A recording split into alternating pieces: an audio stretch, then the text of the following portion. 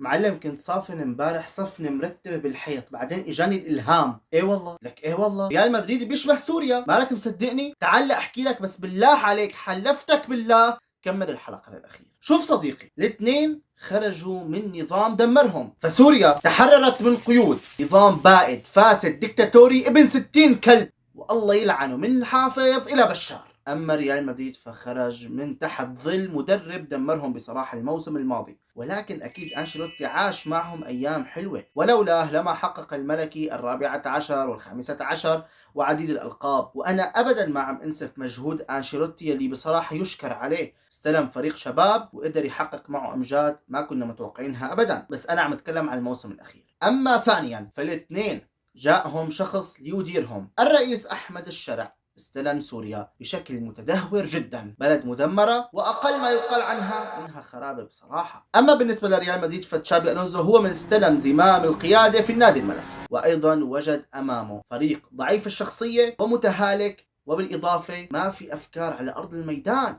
أما ثالثا فهم بيتشابهوا بشيء مهم جدا، إلى الآن ما شفنا النتائج بشكل سريع، في تطور أكيد، في تحسن، هذا الشيء ملحوظ بس بشكل بطيء. أما رابعا فهذا الشيء يلامس الجمهور، في غضب عارم، في تسرع، الشعب السوري والمدريدي بدهم نتائج فورية وغاضبين جدا من هذا البطء. طيب حكيت لك الأوجه المتشابهة، هلأ لازم أقول لك الحلول، وأنا الحلول رح أحكيها عن ريال مدريد وأنت أسقطها على سوريا. جاهز؟ يلا. أولا المشروع المدريدي يلي نجح فيه أنشيلوتي وزيدان كان معتمد على جوهر واحد أساسي، يلي هو الهدوء في غرف الملابس. ريال مدريد ما حقق الأمجاد لما كانت الصحافة عم تجيب لك أخبار وعم تجيب خناقات ويلا هذا اللاعب بتخانق مع حد و لا، حتى لو كان في هيك مواضيع المدربين مباشرة كانوا يسكتوا الصحفيين، ما يخلوهم يحكوا أبدا. أي خلاف كان يصير كانوا مباشرة يحلوه، وإن ما حلوه ما يخلوه يخرج لبرا ويتصاعد أكثر فأكثر. إذا الهدوء هو أهم شيء. اثنين، عدم الاستعجال على تشابي ألونزو. يا جماعة خلينا نكون واقعيين، هل الريال تحسن عن الموسم الماضي؟ أكيد.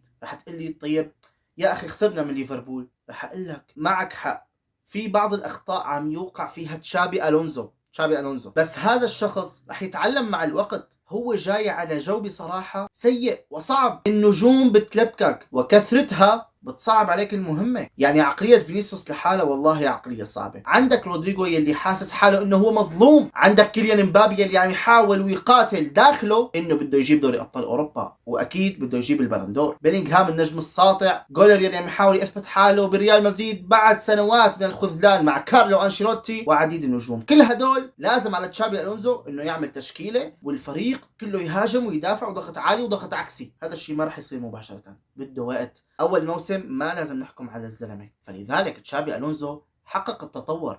جولر شفناه اساسي بعد ما تم تهميشه من قبل كارلو انشيلوتي. فينيسيوس صار يتبدل، ولو انه اخر مباراه امام فاليكانو ما تبدل، ولكن عم نحكي على اول الموسم صار في امور ممتازه من قبل الاسباني. اللاعب يلي ما عم يقدم منيح عم يخرج من ارض الميدان، ما في مجاملات، الفريق بدأ يبني لعب بشكل صحيح، لك حتى كورتو دخل بالمنظومة، تشواميني بدأ يصير ارتكاز قوي. يعني في إيجابيات، ولكن أكيد رح يكون في سلبيات. ليش؟ مين قال لك إنه ريال مدريد مباشرة رح يصير يلعب تيكي تاكا وضغط عالي وإنه رح يكون أقوى فريق بالعالم؟ على سيرة أقوى فريق بالعالم، مين هو حاليا؟ مين هو؟ بايرن ميونخ. طيب فينسنت كومباني بأول موسم عمل كل هالأمور اللي عم يعملها هلا؟ لا، قعد سنة كاملة حتى يعرف إمكانيات اللاعبين، يعرف الدوري الألماني. بعدها تحسن الفريق. لويس إنريكي اللي حقق الأبطال بأداء مذهل مع باريس سان جيرمان، أول موسم ما حقول لك كان كارثي، لا، بس الليفل الأسطوري والقوي يلي وصلوه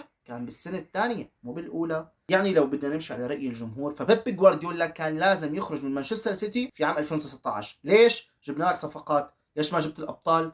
يا جماعة الصبر، المشاريع هي بدها صبر، وخصوصا مع ريال مدريد يلي دائما بيطالبك من نتائج بغض النظر عن الأداء. إدارة بيريز إدارة صعبة جدا، خصوصا انه اكيد رح يكون مطالب تشابي الونزو انه اعتني بالنجوم، ما بدي حدا يزعل. فالموضوع صعب يا جماعة، ما تفكروا موضوع سهل، الريال بحاجة الى وقت، فلذلك لازم نصبر على ريال مدريد. اعتقد فترة التوقف الدولي فترة جيدة حتى يستعيد تشابي الونزو بعض الافكار، لانه هو اكيد مجهد، ما بنختلف على هذا الكلام، ولكن بكفي انه هو قدم مباراة كبيرة امام برشلونة، امام الفرق الصغيرة، بينتصر، ما عنده اي مشاكل، ولذلك ريال مدريد في طريق التحسن. اما الحل الاخير اللي لازم احكي لتشابي الونسو فانه لا تجامل.